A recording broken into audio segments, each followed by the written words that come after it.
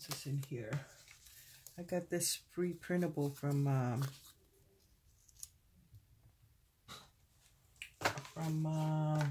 gosh, Ephemera Vintage Gardens. Is it? I think so. How would it look? What do you guys think? See or no? I like it and I don't. You know what? For right now, this is what I'm going to do. I'm going to add a paper clip just to think about it. I'm not going to make no rational decisions right now. Okay, so our first little pocket page is done. Oh wait, we need to add ephemera here too. Is this too big? Nope.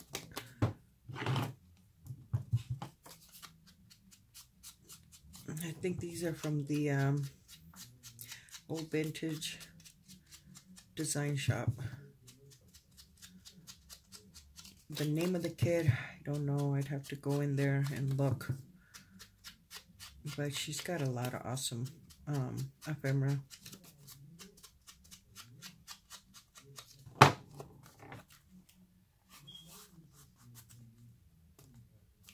Actually, I like it sticking out like that. So there you go, guys. How long did it take us to do this? I guess I should have timed it. Move those stamps over there so I can remove that there. Okay, so we're almost there. Yeah, right. Okay, so that's my first one. So we turn the page. This one, we don't have to do anything to it. Here, we decide, do we want to leave it for journaling or do we want to add something? I'm thinking I'm probably going to leave it for journaling, or at least some of them, but I don't know. They're so cute. I might just end up adding pockets to it. But for now, let's see. I want to leave it alone. So that one goes there. So this would be our next pocket. Am I in frame? Yes, I am. So, what are we going to do here? For here, I had made these little pockets. And it's just, what did I do with that piece of paper? Well, it's just, I guess I could just use this. This is just a page. I just cut it in half, and then I flipped this around, and then just cut a small one, sewed around it, and it made this one, and I tore the edges. I just wanted it to look grungy. So my holes go here. Okay, so I got a couple that I have left that I had made. I like making little pieces like this. It's just scrap paper. This was a music sheet, and then some of that brown paper, and just zigzagged on it, and they look so cute. And you just pop it on your book pages. I think like that are cute. You can also go ahead and add little decorations, like little flowers. And then maybe a third one will make it better. And see, that would look so cute, guys. And just with little scraps. So yeah, save your scraps when you guys don't really feel like scrapbooking, but you want to do something or working on anything. Just make yourself little pieces, different sizes, and they look so cute. Even as a border on one of the pockets. Just, I'm sure you've seen that on my journals, and they're cute and they're easy. You get rid of all this pieces of scraps. So yeah, guys. But just like I said, don't save every bit of it, because I've heard people say, oh, I save it because so and so video says save your scraps, and I have tons and this and that. Get yourself a box or a container wherever you're going to put the scraps. And once that sucker's full, that's it. Obviously, we're not doing anything with our scraps, so stop. And that's what I do. I have a box. Well, I have boxes. And that's what I'm saying, it from experience. So now it's like, okay, I have to use this up. If I don't use it up, I'm not saving no more. So I've cleaned out the ones I do have. And whatchamacallit? Just, you know, save whatever I know I'm going to use. Because I got rid of a lot of scraps.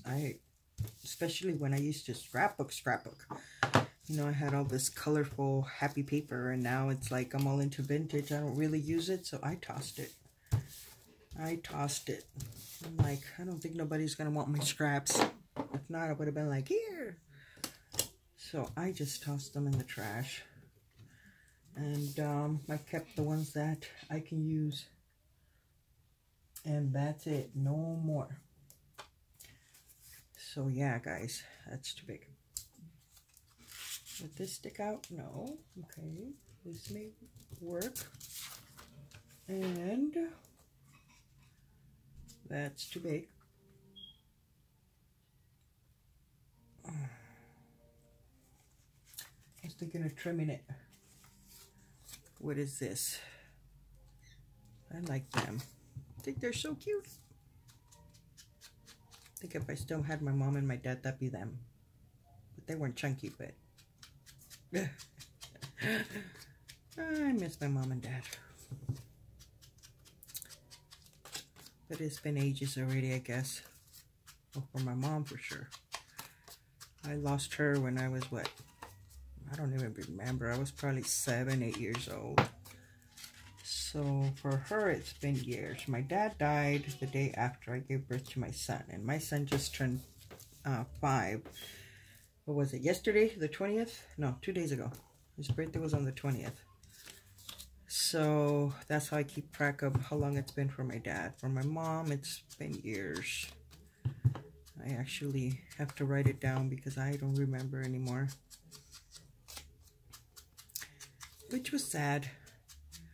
I guess back in the days, technology wasn't so advanced. They never really knew what she had. All I remember is that it had to do with her breathing. And I'm assuming it must have been lung cancer because my dad used to smoke. So maybe that. They never knew. I remember they told my dad, or they asked my dad if he wanted to leave her body, or they wanted him to leave her body so that they could do research and find out what she died of, you know? But my dad said, no, you're not going to bring her back. Just let her, you know, bury her and just, I guess, have somewhere to go take flowers to our mom. So he said no. I probably would have said the same thing. But yeah, that happened, guys. So I don't really have a lot of memories of my mom. But I do remember some. And I have to admit, my mom was a funny gal. My mom used to, she had this laugh. But she was funny. She was sweet. She was an amazing mom. I don't think I'm ever going to be not even half of what she was. And I'm serious. She was the type of mom that would get up early in the morning before going to work. She'd iron or get our clothes ready, what we're going to wear. And when it was cold, this is the part I remember, she would turn on the heater and she would put our clothes in chairs all around it so that it could be warm for when we got up to change. Like, who does that? I don't even do that with my own kids, you know? Not that I'm a bad mom, but I don't even do that. And my mom would do stuff like that. And then I guess in our Mexican culture, you know, it's okay to give kids coffee. I don't give coffee to my kids, but my mom did. And she'd leave us the coffee ready with sweet bread or toast or, you know, sometimes oatmeal. But where did she find the time to do all this? You know what I mean? Like, I barely wake up, barely trying to go make breakfast and get my kid ready. And, you know, I'm like, oh, wait, 5 more minutes, 5 more minutes. You know, that's me. And my mom did like all kinds of stuff before she went to work, you know, just wake us up and we had everything ready. I've never met anybody like her. It's just, wow. Hold on, guys. Be right back.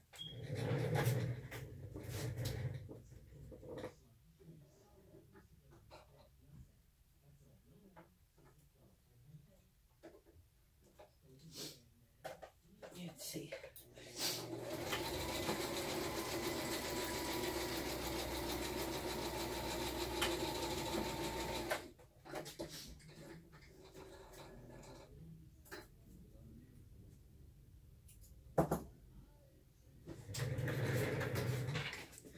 I need some water, guys. I think I'm talking too much. Because my throat gets dry. So, yeah, guys. She was awesome. I tell my husband, and he's like, well, why don't you do that? Why don't you do this? When I tell him what she used to do.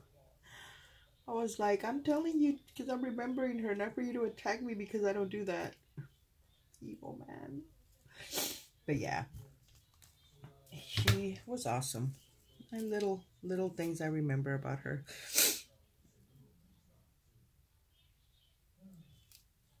It's just sad she had to go. I think she died when she was 42 or 43 years old. That's young, you know? I remember at first when I was young, I would think like, oh my God, so am I going to die at that age? You know, I guess when you're a kid, you think like that. But no, I'm older than my mom now. So I guess it's not time for me to go see her. Which is good because my babies are too young. After they get older, then they can fend for themselves and okay. God wants to take me, let him take me. But not yet. My babies are too small. And I feel like who's going to take care of my babies, you know? Hubby could barely take care of himself. He's an awesome cook. I know my kids won't starve. But he's a mess. No. My mother-in-law? Definitely not. I've had issues with that lady, which I told my husband. I don't want to talk bad about her, but I told my husband, if I ever die, if I die before you, you get your uncle, your cousin, your whoever to help you with the kids, not your mom. I don't want to talk bad about her, but I've had issues with her where it had to do with my children, so no.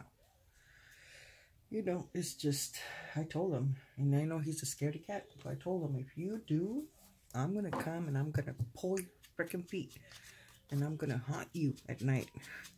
Shut up, he goes. I told him, it's only one promise you're going to make me on my deathbed. Like, well, I don't want her to raise my kids. She didn't raise my husband. I mean, she did a pretty good job, I guess, because he's a good person, but the things he told me, that lady has issues, has problems, so no touching my children. There's my next page. See, it's good when I'm talking because I move faster, so I'm going to just keep entertaining you guys with my stories. Okay, so that's done. So then we flip the page. What are we going to do here? Maybe, where's those? This. No. Well, maybe. Hold on. But yeah, guys. I mean, I don't know how she was raised, who or what, but she has issues. And I don't mean it playing around. She does. You know, I feel sorry for her. I'm those kind of people that will get mad, get upset at you. But I have to admit, I am very forgiving. You know, I'll be angry for a while, a couple of days, a day. And then I'm just like, whatever. But depends, of course. When issues came up with my children, that's it. I mean, my mom, may she rest in peace. I remember she was like that. You touch your kids, that's it. You're going to meet the devil. Because my mom, was a very nice, sweet woman. And I remember growing up, we were playing, my sister, one of my sisters and I were playing outside, and this neighbor, I'm not sure exactly what happened. The point is, my sister, I see the lady, it was an older lady, hit my sister. And I saw that and I took off running. And I was like 2 houses away. I took off running and I called my mom. I said, Mom, homegirl just hit Marty. That's my sister, the one that got hit. And we were young. We were kids, you know. Like I said, I was maybe 6, 7 years old. I don't even remember. Maybe younger, but I do remember that because I got scared. And I went and I told my mom, Mom, this lady just, I can't remember her name, but I told her, you know, this lady just hit Marty. And she's like, what do you mean she hit Marty? And she just dropped the kitchen towel and stormed out. And my sister, my other older sister, was in the car, just, I guess, with her boyfriend. She didn't see. And my sister that was in the car saw my mom coming out. So she tried to come out, but her boyfriend's like, stay right here, stay right here. And my mom went over there and she's like, did you just hit my daughter? And she was like, yeah, because I don't even remember what Marty did. But we were just playing. So I don't know what the hell she did, that lady got mad and actually smacked my sister. And my sister started crying and I was like, oh, hell no. Took off to my mom. My mom came and she's like, did you hit her? That's all my mom said. I remember. And the lady said, yes, I did. Because she, before she could say what Marty did, my mom started hitting that lady. Like, wow, I never seen my mom. That's like the only time I saw that. But my mom, like, she's the type that you don't mess with her kids. She's very territorial, or was very, may she rest in peace. She just started going off on her, and then my sister gets off. My older brother comes out, and they're trying to separate them. And the daughter from that lady also, she's just crying. It's like, lady, shut up and try to separate them. But yeah, my mom was heated. I'd never seen my mom that mad. I'm just like, wow, that's my mama.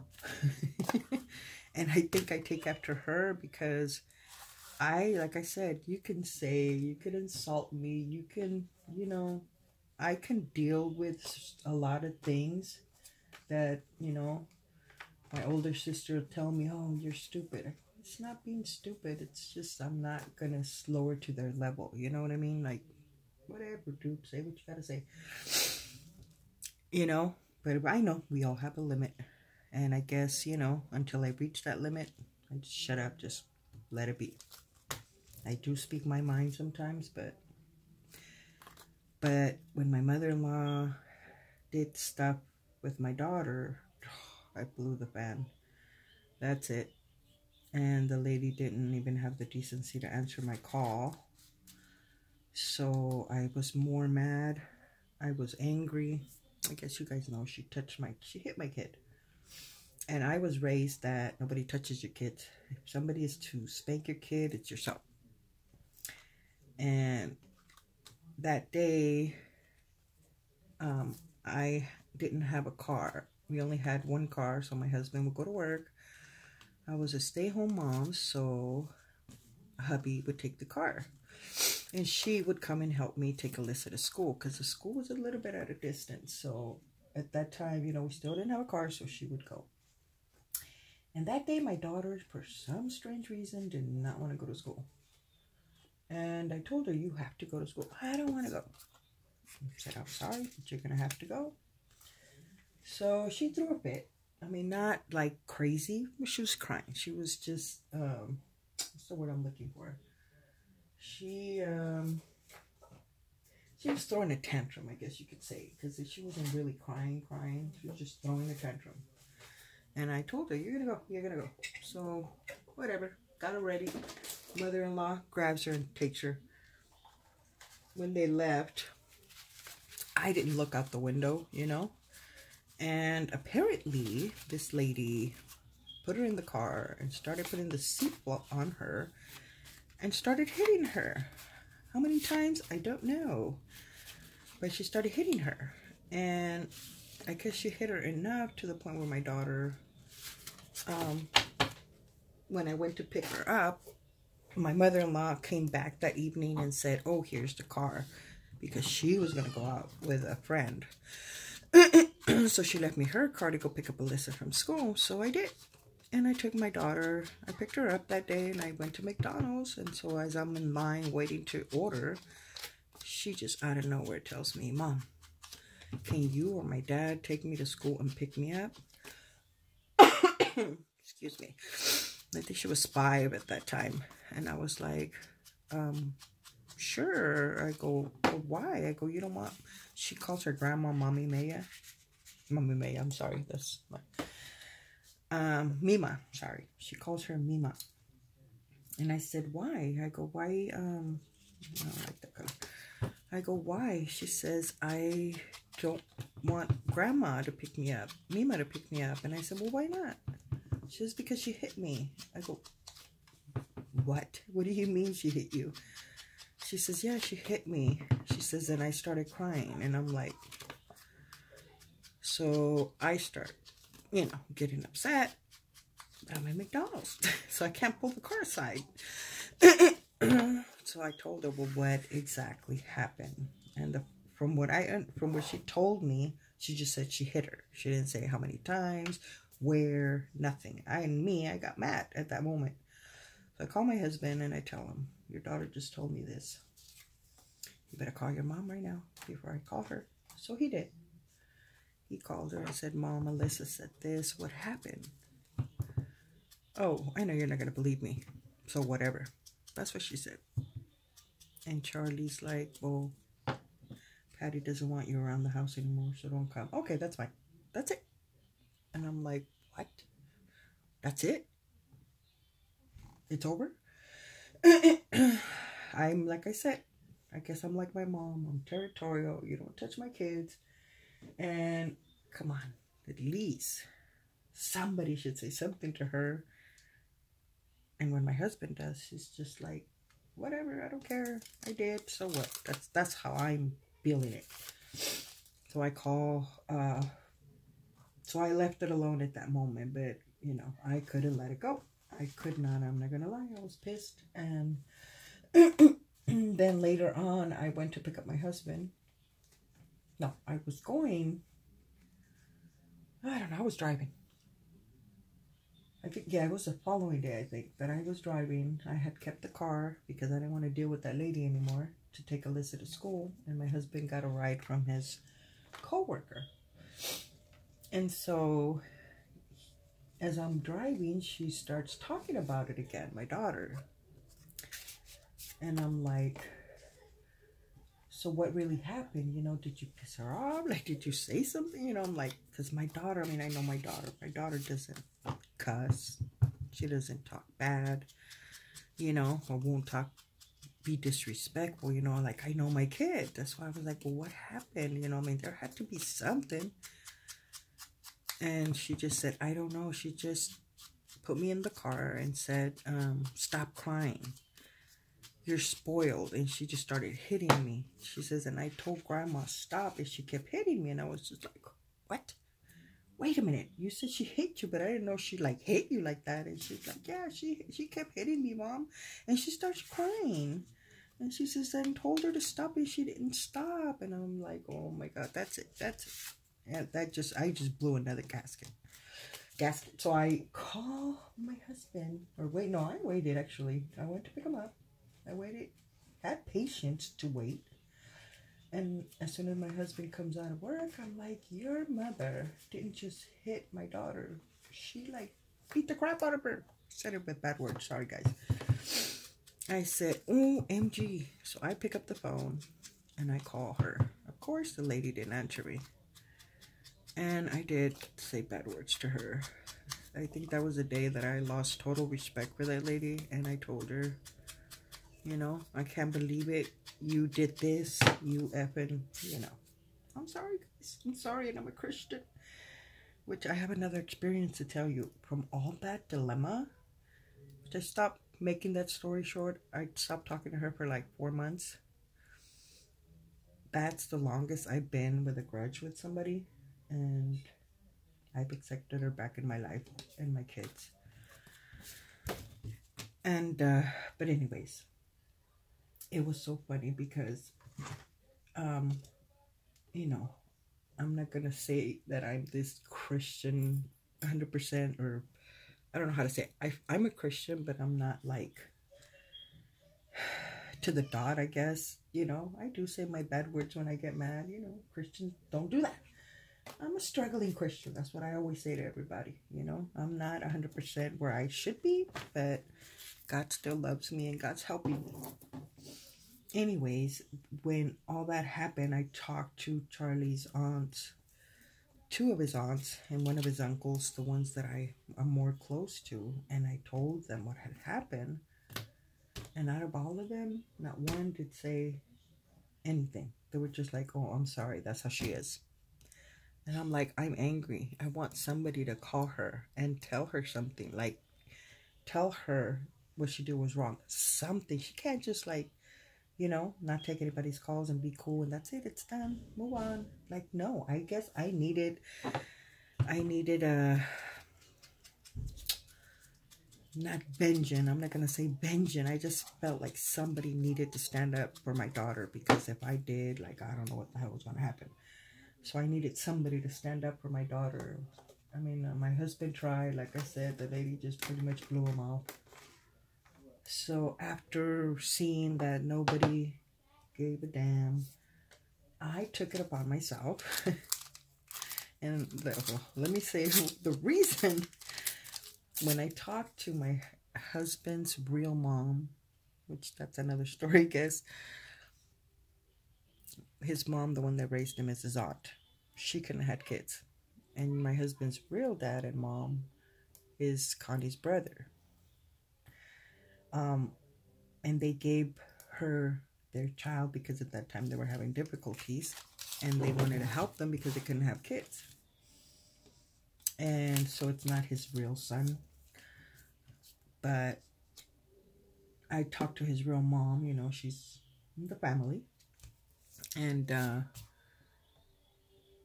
she asked me a question. She says, a while ago, you wouldn't let Connie go see the kids. She's like, why did you do that? Is it just because you didn't want to? And I'm like, I go, no. I go, because there was another issue that I had with her too. We went to Victory Park. And we took my daughter, and my son was a baby. But for some reason, my mother-in-law was frustrated because my daughter started crying because she didn't want to leave. She wanted to still ride the ponies. And we're like, no, we gotta go, we gotta go. So she started throwing a little bit. You know, I ignore her. In my opinion, and in parenting, you just ignore them. They get tired, they stop, you know? So that's what I do. But apparently my mother-in-law cannot deal with that, because she started putting her in the car, which my husband normally, or I will do it, but that day she just went in there and said, I'll tie her up. And somehow the seatbelt hit my daughter in the leg, and my daughter screamed loud. So I turned around and I'm like, what happened?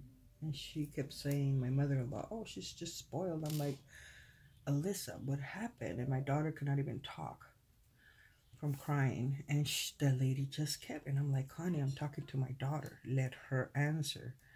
And I'm thinking she was trying not to hide it, what she had done. So then after we dropped her off, my mother-in-law asked my daughter, and she told me, my grandma hit me in the knee with a seatbelt. And I'm like, so I called my mother-in-law. I'm like, how did you hit my daughter? My daughter said you hit her with the seatbelt. How did that happen? Oh, no, I didn't hit her. If I did, it must have been on an accident. I'm like, but the seatbelt was over here. How did it get all the way up to her knee? Like, I don't get it. Well, I stopped talking to her. We got into an argument. I told her I don't want you around my kid. So I guess that was the second time that it happened. And I don't like that. And so I just told her, that's it. Don't come around my house no more. We're done, lady. And I took her back. And then that happened. And then I stopped talking to her for 4. But anyways, my real mother-in-law asked me if I was doing it on purpose, and I'm like, no. I stopped talking to her because she hit my kid with the seatbelt. She's like, oh, well, she came over here and said that you were just a bee, and that's why you don't let her go to the house to see the kids. And I'm like, what the hell? So I was mad. So instead of her being honest and saying what she's done, she goes and puts me bad and tells the family that I'm just this big bitch that it just doesn't want to let her see the kids. So that's what provoked me to go. And I put on Facebook what had happened. And I even put a picture of my mother-in-law. Okay, that's how mad I was, guys. Like, I was so angry. Like, blind angry. That if she was in front of me, I don't know what the hell I would have done. But then after, like, maybe 6 hours of it being on Facebook, I took it down. It was in the, almost at night. In the, I don't know, 10, 11, when I put it up. I took it down and I started crying, and I started asking for forgiveness to God, and it was such a weird thing that happened that I have a feeling it was Jesus Christ that was there, because something just made me throw myself on the floor, and I was just crying, and I couldn't even lift my head up. It was just like I was ashamed, which I was, for what I did, you know. And I was mad that it took over me. And I feel something or someone was there. And I think it had something to do with God, an angel, or Jesus. And all I remember is I couldn't lift my head up. I was so ashamed, and I couldn't stop crying. And this was in the middle of the night. My husband was already asleep, and I'm just like, you know. But yeah. That she made me lose it that day. I'm gonna go sew this now because I'm already making this story emotional. It's just crazy.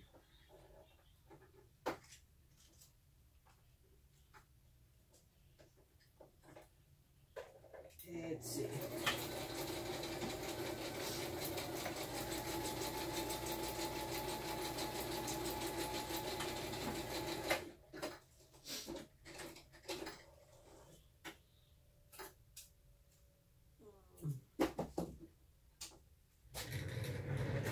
Okay. Okay, I like that better. But yeah, guys, I've had the worst luck with mother-in-laws. She's my second. I had some issues with my first one, but nothing compared to this one. That lady was a saint next to this one. This one has calmed down a lot, and that's because now I've lost respect for her. Like, I don't hold back. I hold back still, but to a point now. It's not like before. She has insulted me, has thrown words at me for no apparent reason, and I would take it because that was my husband's mother, and to me, you know, you don't disrespect her, but there comes a point where that's it. You can't let it happen. And yeah, she's a mess. I pray for her each day that God forgives her, you know, and that she just becomes a better person, you know. I feel like something else here, and I don't know what.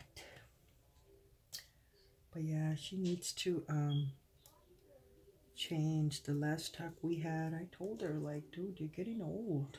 She has lupus, apparently. And a lot of us, his family, my husband's family, don't say anything. She's done so many things to them, but nobody says nothing because she's sick. She's told me she has a heart problem. She has a lump in her breast. She, all kinds of problems. But she's not on medication. She's one of those people that I think make up things for excuses, lies, for people to feel sorry for them. Because that lady is fine, you know. I don't even think she has lupus. I don't see her taking any medication. She's stayed with me. She's lived with me in the past. I do not see her take any medication. So that makes me think that she's making it up. Because who in the right mind, or who, now she's got this thing that I am getting Alzheimer's. I forget. And I researched it, and the lady just trips me out. And we had a discussion one time, and I told her, you don't have it. I go, if you had it, I go, I don't think the doctors will let you live by yourself. And that's where she is. She lives by herself. She rents a room from some lady because nobody can live with her.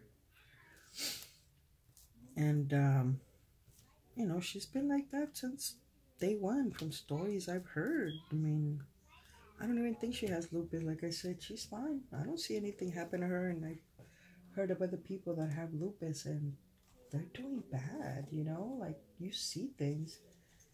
And this lady's always saying all these stories, but she's healthy as a horse.